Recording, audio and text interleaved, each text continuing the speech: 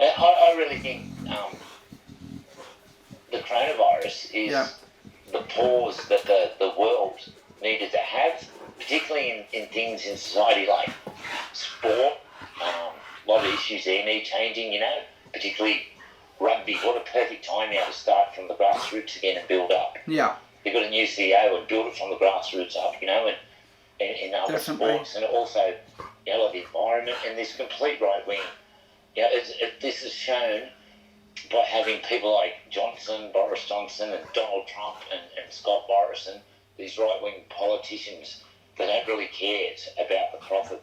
It's about the dollar. It's not about the human life. Yeah, it's not about people, is it? Yeah, so this is a pause that I think a lot of people in the world are getting a lot of solidarity that, and there's a real distinct between, more so than ever, between the leaders and the community, I reckon. But neither of those three have done a good job. No, it's interesting you say that, because I think the same thing. They're not good leaders, and they're all similar: white, cisgender, homophobic, transphobic, racist. See, we see this because a lot of it's aimed at us. Yeah. Like trans people, gay people, women, So we see it. A lot of people don't see it because they're nice to a lot of people, Because they're not in the firing line. Exactly. Those that are living in the firing line are the ones that experience it. It's easy to take a moral judgment or a moral opinion if the real world consequences don't affect you, Yeah. So, we're in the firing line. And this coronavirus has taken a little bit of heat, but still in this coronavirus, we've had states like Idaho put out this complete ban. Yeah, I saw that. Pretty much and we've got the UK that are doing an inquiry into that, trying to stop healthcare for under 18s to put doctors in hospital, in jail, to put doctors in jail for treating transgender people, Well, it's funny you say that, because my own doctor, in Dr. John Hayes, I think he quit because he was really under the pump, because he was treating a lot of trans patients and he cared about trans women and trans patients, and I think 2 or 3 of his cisgender clients complained about him, and that. So he's no longer a doctor, and I had to find another doctor now, and that's all because he cared about, his number one concern was for trans patients' welfare and health. And I mean, Carolyn, some great news just last week coming where this religious mob were trying to push through a review in Australia. Yeah. And Greg Hunt, I saw that. Health Minister, he's knocked it on the head, but Michelle Telfer, leading she's fantastic, isn't she? Yeah, but she's copped so much heat and so much abuse, and my God, the strength for that woman, and Madeline Pape, another one. Yep. And without those people, but they're in the firing line as much as us. Well, and she's well qualified because she ran against Castor. I know, and she was against Castor competing originally. I know. But she didn't sit back and just throw out abuse, and she went to university and studied and specialised, and she's got an amazing voice. Well, it's sort of interesting how people educate themselves. They educate themselves and then they become allies, and because they know that a lot of the transphobic shit that's written and talked about is it's hocus pocus, and without these people who tweet this stuff, or put this stuff out there, haven't really done any research about us, and they just we're evil, we're bad people, we're sinners, but if you do a bit of research, you just realise that we're just normal people. Absolutely, and those that get to know, get to play football with, against, get to work with, or against, or have someone in the family that's transgender, like all those things help people understand that no one really understands being transgender unless it's a transgender person, So people have got to stop voicing opinions and telling us what we're about. People have got to stop giving opinions and start just listening. Yeah. Start listening to people that have been here from day one, because, Carol, a lot of people think that this social contingent has invented all these new trans people, we've been in the world since day one. In Australia, absolutely. like, Captain Cook did not bring the first drag queen or transgender girl to Australia. There was trans people, they didn't call it trans, within the Aboriginal community going back 60,000 years, and in many other cultures through the world. Two-spirit, I think they used to call them, didn't they? Like. Yeah. So. And the greatest acceptance I've had is from other Aboriginal people, and we spoke about this before because they're also a minority, and we get that kinship, whether it be, that they suffer a similar type of adversities in life as we do. Yeah, that's right, Kirsti, and they're marginalised and just like we are. So there's that, as you said, there's that kinship. Racism and transphobia, right? Yep. And homophobia. It's not just sticks and stones. Yeah. Right? I know. It's not sticks and stones, this stuff. This stuff makes the victim unwell, and also it can incite hate and eventually hate crimes, and that's been proven. If you've got any child in the world, doesn't matter what sexual orientation or gender identity or the colour of their skin, whatever. Yeah. If you've got any child in the world that is loved and supported by their family, by their friends, at their school, in their community, and in their sport, I love you, Duke. They're going to have, it's not rocket science, they're going to have far better health and life outcomes than children that are, that grow up in a gay child that grows up in a homophobic family, or, like myself, someone who grew up in a homophobic, transphobic, racist family when I was young. Yeah. Very damaging. When you and I grew up in the 60s, born in the mid-60s, and both of us realised that we were this way back when we were probably under 5. Yeah. Mine was 3.5 years of age. But imagine going back to then, right, Carolyn, and back then there was no services, no support, there was no information out there. No. But imagine going back to there and this stuff that's available today to support people, children like we were. Imagine having all that available, but living in a family or going to a school that you can't tap in and be yourself and use those services. I think it'd be even worse than what we suffered because we didn't know it was we didn't know. I get where you're coming from. So we virtually had to man up and we had to invent the wheel ourselves. Well, we virtually ignored the fact we were trans because it was like, what's wrong with you? Yeah. Whereas now you got some people that accept you, but then if you got schools and this and that accept you, but your parents don't, and your parents get the final call, Well, Carolyn, I'm living in Broken Hill, as you know, out back Broken Hill, and it's really cool to be whatever you want to be now, but it wasn't so. But I can imagine if I had been a young trans child growing up back in the 60s or 70s in Broken Hill, which would have been horrific,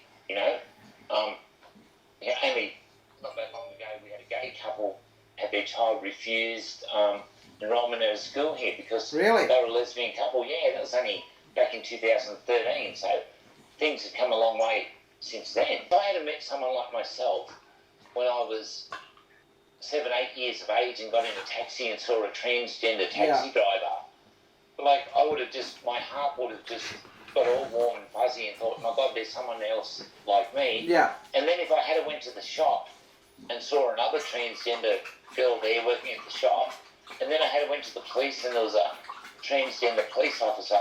Yeah. And I went to the school and there was 1 or 2 trans, my God, it would have made it so much better. So absolutely. Now the children are seeing role models out there. Yeah. We didn't have role models as you said, back when we were born, we had Dame Edna Everidge, which she's definitely not transgender. She's a trans. Well, yeah. She's actually, she's trans. Well, he, Barry Humphries. Barry's a he's transphobic. Pig. Absolutely, one of the worst of the worst, Yeah, he's transphobic. And we had to choose between her or Carlotta, and if you wanted to be Carlotta, you had to be pretty much a pretty boy because that's what they advertise him as. Yeah. I forget what Well, that's how they survived and that's how they made their money. Yeah, like no judgment, but, you know, like now there's role models in real life. There's doctors, there's professors, there's football players, there's, you know. Well, so the kids are seeing this. Well, you look at your own experience, right? At 14 and 15, you secretly wanted to be female, right? And you will align your physical with your mental state, right? Your intrinsic state. So your extrinsic state, you know, you wanted to match up with your intrinsic state. But how would have you done that? You wouldn't have been able to. If I had have known like these role models. No, without the role models, what would have you done? How did you survive? Oh my God! Well, I had to hide who I was because exactly. First and foremost, I didn't have to hide it from others. I had to hide it from myself because I was made to believe that people like me were broken. People like me were sexual deviants. People like me should be put on an island and die of AIDS. You know, so inside I thought straight away there's something wrong with me. I'm a bad person. Yeah. I must be a bad person. It was like a sickness, wasn't it? Yeah. And then, you know, I feared the repercussions of what would happen if I came out. So I was made to feel that, you know, in my family, in my community, I was made to feel that people like me were it was all about sex and there was something wrong. Yeah. You know, and people would laugh. And so I was scared. I was scared to be alone. I was scared for my dad to bash me or kick me out the door or whatever, or, you know, and be alone. Like it's only a kid. But yet, in your quiet periods, there was times where you dressed and things like that that was sort of like a compulsion, wasn't it? You wanted to be female and wanted to see yourself as a female. Well, I couldn't look at my own reflection in the mirror ever. And Warren was a good-looking young dude, you know, had the body of... But I couldn't even look at myself in the mirror, so imagine that, you know. And when I could feminise in my own time, whether it be just a bit of nail polish, it could be a bangle, or it could be do my hair in full makeup. But or it could be just in my dreams at night, you know. But that was my only escape, because I worked in the prison system for a long, long time, and actually within my first year in the department, I got to work in the original high security unit at the Golden Jail, and back then it housed the worst of the worst. Back then it had Peter Snyders, who killed a prison officer at Long Bay in 1977, and John Newburn, and these inmates were trapped in the tiniest cells in the whole system, and there was never any natural light. And then they got an hour a day, so they had 23 hours confined, strict cellular confinement, right? Yeah. So they were confined within that. And then they got 1 hour in a tiny little exercise yard, about 4 times as big as a normal bathroom, right? Growing up inside your own head is far more strict cellular confinement than I ever saw the Granny Killer or any of the Cobby killers, you know, and these people murdered and mutilated and raped, and, you know, the punishment that we were suffering trapped in here was far worse punishment than anything I ever saw dished out in the jail system. Yeah. There's no escape. And that little bit of time of dressing up was our only escape. Yeah. Our only escape. And that kept me going. But when I did that, and after I got dressed up, and then I felt guilty again. And I felt like terrible. I was dirty. I agree. Because it was forbidden. It was forbidden. It was made me feel bad. So I bought clothes, you know, to dress up in over the years, and I don't know how many times I'd purge and buy some clothes and then feel guilty and then just throw them in the bin. Yeah. Throw them in the bin. Yeah. And because you're made to feel dirty about it. Yeah, you know? I agree. And then when you finally go to see your first ever psych and all that stuff, pretty much the first thing they ask you is about your sexuality. Yeah, it was all about looking hot for men. I noticed Yeah. that too. If you rocked up like we're dressed now, like we're in our workout, like I'm in a workout top and you're in casual clothes too. The gatekeepers, the doctors, the gatekeepers, they wouldn't pass you for surgery. They thought we weren't taking it serious enough. I know, and Yeah.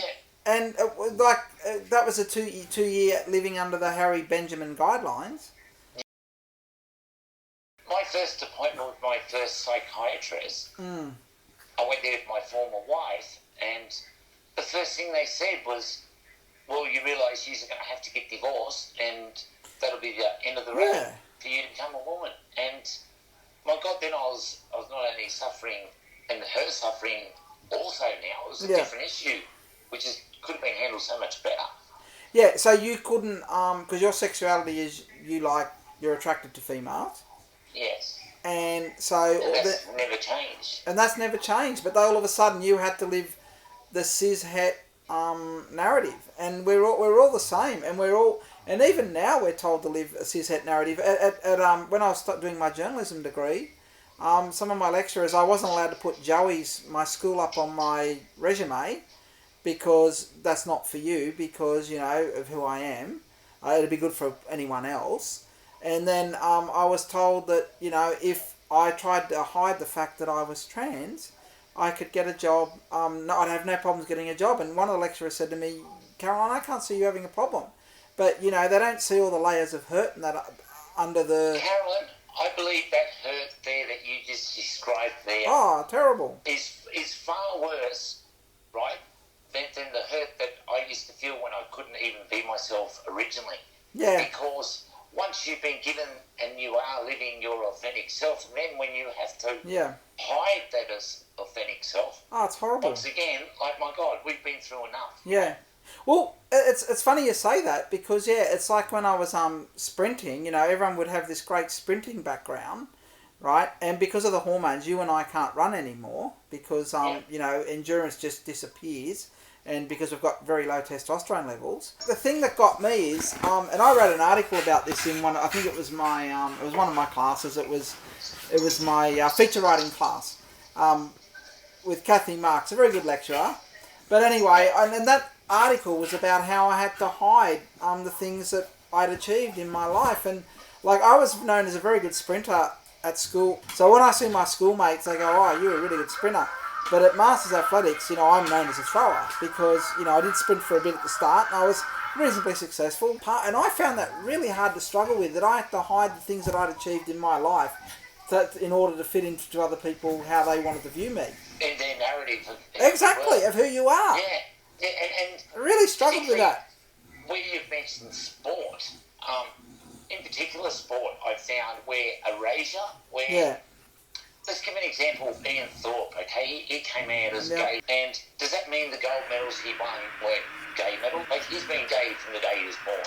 We're exactly. All, we are who we are. Well, you've one to day. Yeah, and he's not that. He's now known as a gay athlete, isn't he? Like, he wasn't at the time. But have you had people come at you for that you weren't trans at the time? Is that what they've said to you when you represented Australia in the World Championships in modern pentathlon?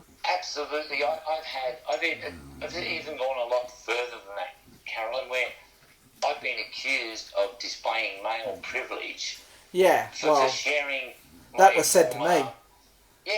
Some former sporting photos, or that I won a world title, or won this, or won that, and this was from a co-founder of Proud to Play, a GLBTI support advocacy group. And this stuff hurt. Because number one, the erasure, and number two, the how dare someone, call my past out. And this person is in a GLBTI advocacy group, I know, and purports to represent us, but what I'd like to say there is, so I'll get a little bit of a background behind that. We've both been quoted not long before in an article with Chip Legrand. Now, some of the stuff you said was taken out of context, and the positive stuff you said in support of Hannah Mounsey playing was not included. in Chip Legrand's article. So he tried to steer me in a certain direction too, but my quotes were further down in that article. So he virtually said to me, he had a problem with you, and so I was a good person because I said all the positive stuff about Hannah Mounsey, and you said that there needed to be a time period, if I remember rightly, I think from that article. Yeah, I got quoted, one quote was put in the article, and yeah. that was pretty much that I agreed with the decision of the AFL. Yeah. Now, I agreed with the final decision at that time. Yes. But I didn't agree with the process, the way it took place, the way that Hannah was managed, yeah. and particularly the way that they've now created a policy which is wrong. So, yeah, one quote was in there out of probably 30 that I gave him, and I was new to that stuff. This guy, yeah, I'm a prison officer, he was a seasoned pro. I mean, I was doing my journalism degree at the time, and he tried to lead me that way too, and I just said, no, you can't get me on that. And we were studying off the record and on the record and all that stuff at that time, so we were having classes about that. So I was only aware because of that reason. Otherwise, he would have got me too. I got caught in other articles. Taken out of Carolyn or attacked on. I was also taken out of another GLBTI support group in Sydney. Yes, I know. Because of the same thing. I was never asked. I was contacted by one of their co-founders and said I'm pretty much being investigated and never been spoken to. Well, we know that group too, and I'm a member of that group too, and I wasn't happy about that. And I don't have much to do with them now, to be honest. But this is why we need our own voice, Absolutely. Well, it hurts. It hurt me when cat's out of the bag when Mr. Storr said that about you, and because I posted, I have no problems posting my pre-transition photos neither.